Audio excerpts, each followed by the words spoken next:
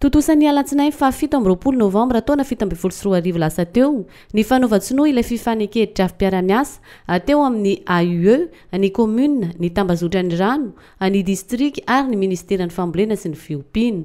Izay nitanterahana tao amin'ny afaritra fahaenina sy fahavalo ao Amarivoay.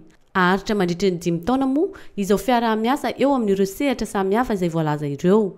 Zava-dehibe tokoa izany hoe fifanarahana ara-tsonia izany ka dia samy manana ny andraikitra antsika, samby fantatsika hoe inona ny andraikitra napetraka amintsika ka dia mangataka antsika ampanatretegna mba hatanteraka ansakany tsy andavany ny adidy izay napetraka amintsika.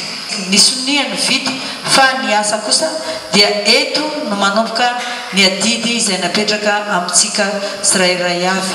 Ka ho anay ato amin'ny ministera moa dia eo anilanareo mandrakariva zay vonona hatrany hanatanteraka ny adidy izay napetraka aminay indrindraindrindra eo ny talesy ireo teknisiana rehetra izay miaraka aminy.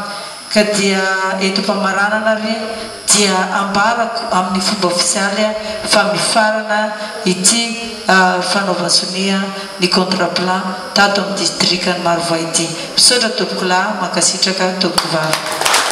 Raha ny voalaza trany dia samy anana ny anjara asany ireo sehatra samy hafa ireo ho fitsinjovana indrindra ny taom-pambolena 7/12/2022.